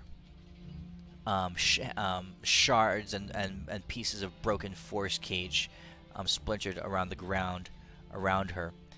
She's on all fours, and her extra appendages have flared out behind her. So as in like 8 legs. You see the corpse of Selune just just charging towards you. Her arms skittering around, reaching out at almost as if the bones and the joints are not connected at all. Longer than they're supposed to be, grabbing onto a tree branch, grabbing onto a rock, and like slingshotting herself forward and faster, coming down on you guys. She's already closed half the distance. By the time, Deimos, you feel Elwyn and you look back, literally half a second, she's already closed half the distance. Alright.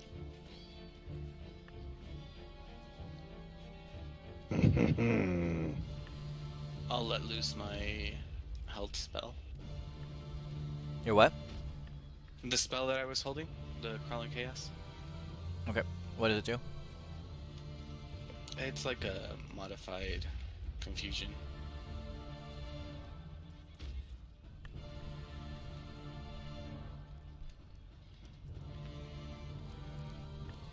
Okay. Her body walks through this arcane field that you just blast at it, and you see her stutter slightly. One of the grips of one of her appendages that was gonna reach up and grab a tree branch falters, and you see her slip and tumble and scrape down onto the ground. And in that moment, Hiccup lifts further and further into the air. You're now 10, 15, 20 feet up in the sky. Oh, he's hasted, isn't he? We got him fully loaded. He's hasted, fully loaded, and like, is this rocket firing off? Oh yeah, yeah, blasting off, full on Apollo 13 style. How far away is she? By now she's like 35 feet away. All right. I'm going to, if she gets, I'm going to turn undead. Oh my god. Take that. Is she a CR 2 or a lower creature? Deimos. Okay, so this is when your priest, what's it called? Channel divinities. Channel divinities. Yeah. Okay. I I never used this. can't remember the last time you used it. It was probably when you were actually surrounded by undead. Yeah. in When we had levels. Yeah, back when you had We were levels, like and you're level rescuing 8, yeah. Kelia in Ospium. Okay. How are you casting the spell, or this ability? What are you putting into it? How much resources are you putting into it?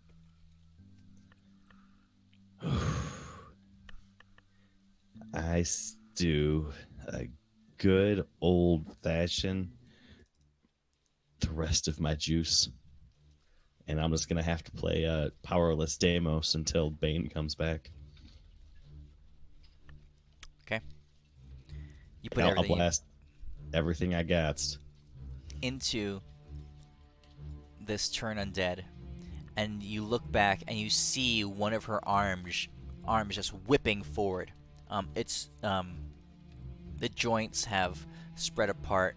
Her flesh has stretched, and you can see her arm slingshotting, like a whip, just like cracking out very quickly towards you guys on the back of Hiccup's on Hiccup's back as Hiccup is flying up. And in that instant, Deimos, you give everything you got, and you turn you issue your channel divinity into a turn undead.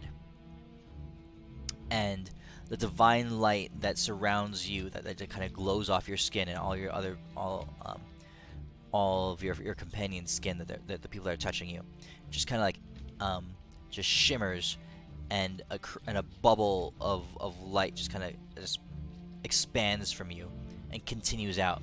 And as it crosses the single hand, the single gnarled, dried hand that is ripping out towards you, as the bubble, the surface of that bubble hits the hand, you can see the fingers and the bones just crumple up and crack and break and shatter against the bubble. The bubble expands further, and Hiccup continues to fly, and it fades in the air as it dissipates. But it bought you that one bit of reprieve and snapped the hand. And the hand retracts back to Selune. And you look down and you see this ground, this creature on the surface of this island, skittering back and forth, unable to fly, unable to jump, lashing out at you with elongated limbs, but no longer able to reach you as Hiccup flies up higher, 100, 150, 200 feet up into the air. You can hear these skittering, kind of dry, hacking wails from this creature down below. I'm now a warrior. I changed to the fighter class. Okay. It's okay, Deimos. We'll get your juice back. Tempest, I need some more juice. Give me some of that juice. Tempest. You holding out on me, buddy? Deimos is like itching a little bit. He's like, hey, heard you. I'd do anything for that juice. What do you want? $5? I get a quick sucky for that juice. How much damage did I take on my hand? Your hand? Yeah. Um, From that thing. Your hand is broken. As Renly and Deimos try to heal it, it's going to take a while to heal up, and it might not ever fully recover. But for the now, whenever you cast a spell that has a somatic component, right, there'll be a chance that it could fail. You'll have to roll a d10. I am casting Regenerate and I'm sparking it because, god damn it, does it help? I casted 8th level because my 9th is used. I like Roll how your he is spark. the other like mixed up hand, like messed up hand, and like we probably could have easily fixed it by now because it was just done by like a level 13 thing. Just like let him go around with like a gimp arm for like forever. No, I think we talked about it, that you wanted it to fix it, but I told you no because that was a reminder. Oh, I think that's Yeah, what yeah. it was. Yeah. Yeah. Alright, so Renly rolled max. Is that a full on 3 Yeah, on your that's spark? the D6 that the left to full. Yeah, so Renly has channeled her awakening, Elwyn. So, I mean, it's a very slim chance that your spell would fail. It's a 1% chance now since Renly full on healed it. Okay. But we I'm- will I'm roll, cool with that. and someday you're gonna roll a 1, and it's gonna matter. Oh god. It would be like the opposite of Deimos and his wonderful, like miracles that he does. Damn, I think all the spells have somatic. My firebolts do. Oh, they do? Yeah. It's gonna be fun. This is like Tides of Chaos now. Alright, now that, after all that's happened, Mhm. in my broken hand, I've just been gripping it, just taking the pain. Mhm. I'll transfer the spark to my other hand. 'Kay. For safekeeping. I would put it in my underwear if I was wearing any. But I'm not, so Why didn't you put it into Deimos' underwear? Because you're already in it. I don't know what'll happen if I put him in there. He might crush it with his massive glutes. Valid point.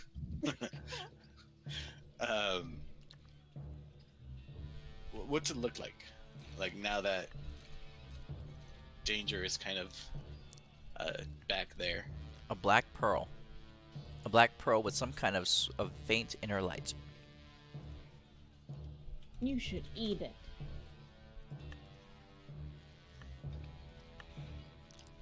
What you have is basically part of the concentrated essence of Selune. It was all that she had left. It's the equivalent of one of the tide shards from down below, and it's a way to find the rest of the vigil. It's part of the vigil, but it's a way to find the other parts of it. Oh, Okay. like a lodestone. Okay. I'm not gonna eat it. I'm not freaking Kevin.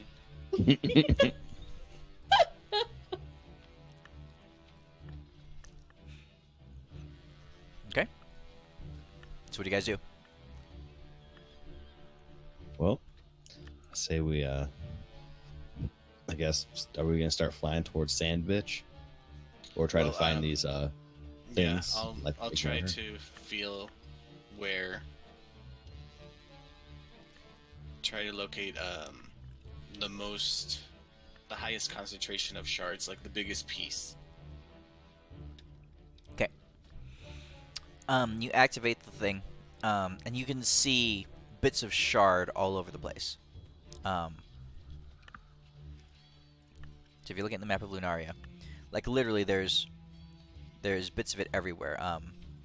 And you're talking, and there's even a little bit near you. So you guys leave the island. So the place where Selune's body what is trapped is right there on this land. Right, the island is completely waterbound, and she can't fly and she can't swim, so she's stuck on that island. Her body is anyway. So as long as you never go back there, you're not going to encounter her.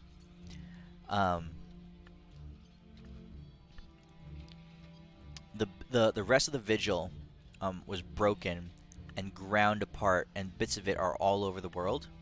But the largest chunk of it is here.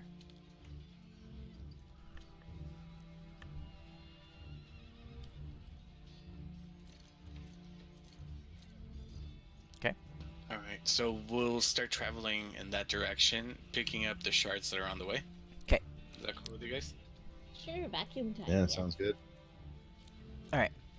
So as you guys move around, over the course of multiple days, because this is I mean, just to travel there was one thing, but using we're going to go into like video montage mode right now. Using the pearl to help guide you, you're able to find slivers and bits of the shard all along this path, all along this area here, in this top right area of the world, right? You find 4 more bits of it, and we're talking pieces about the size of, like, I don't know, like a sesame seed from the top of a McDonald's hamburger bun, Oh god. right?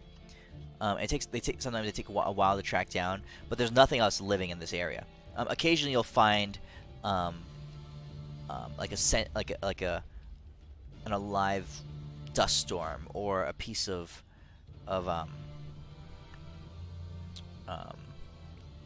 broken rock, broken rock monster or something like that. So, but over the course of the next couple weeks, you guys are able to for the most part gather the 4 or 5 small pieces that you find along this way before making your way to this small island.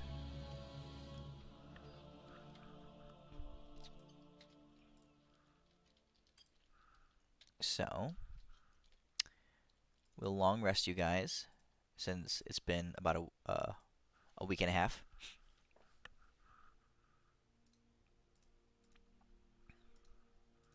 And you find that Hiccup is a surprisingly tireless flyer. Only needs to rest once every 8 hours or so. And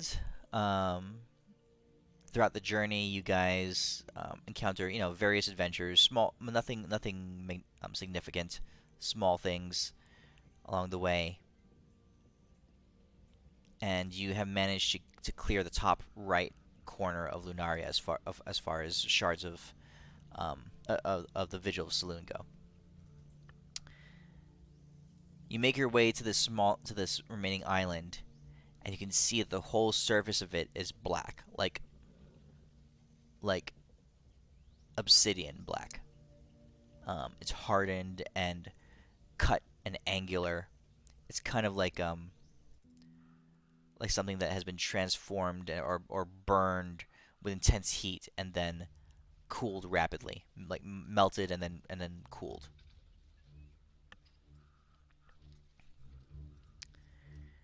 Along the way, you see bodies of rows and rows of angels, um, petrified. This was a great battle point. This was a great conflict zone. Dozens of them, hundreds of them, in various forms of being killed or of attacking and being caught by surprise. All of them frozen at the moment of their deaths. Now petrified in black stone.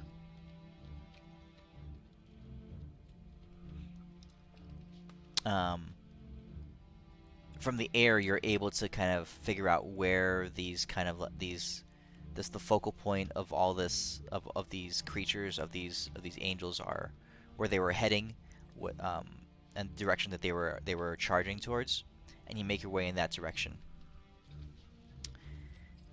And you see at the core of the blackness, attached to the darkness itself, the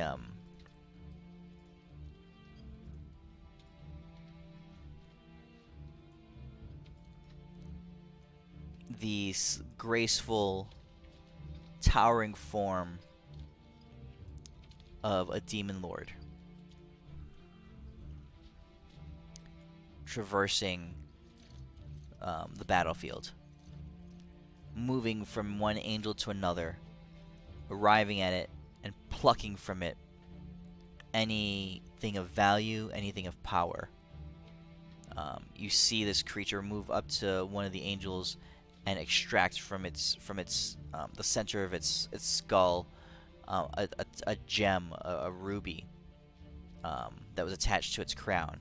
Just pull it away. It pops off with a crackle, and you see a thing hold on to it and place it on its own form. This is the demon that was left here on this plane, charged with shattering and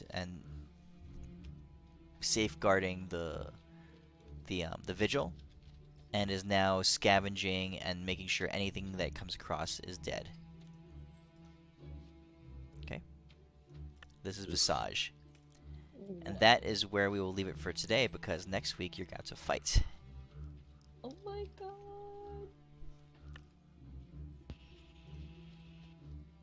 All right. Dude. Alright.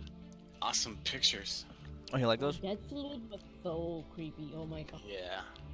Oh, you should see these pictures that I have. I have like folders full of gnarly shit just to show you guys. Oh god. And yeah, and so and also, oh yeah, you guys, that horseman picture I thought was really cool, but there are definitely 3 other horsemen out there, Oh my god. and they all have horses and that kind of stuff. So, all right, Dude, thanks for running tonight. It was really fun. yeah, thanks for playing. Next week we'll get into this fight. There's nothing to fight. Oh my god. Sounds good. All right, Alright, have a good night, guys. see you guys next week. Next week. See you guys. Peace.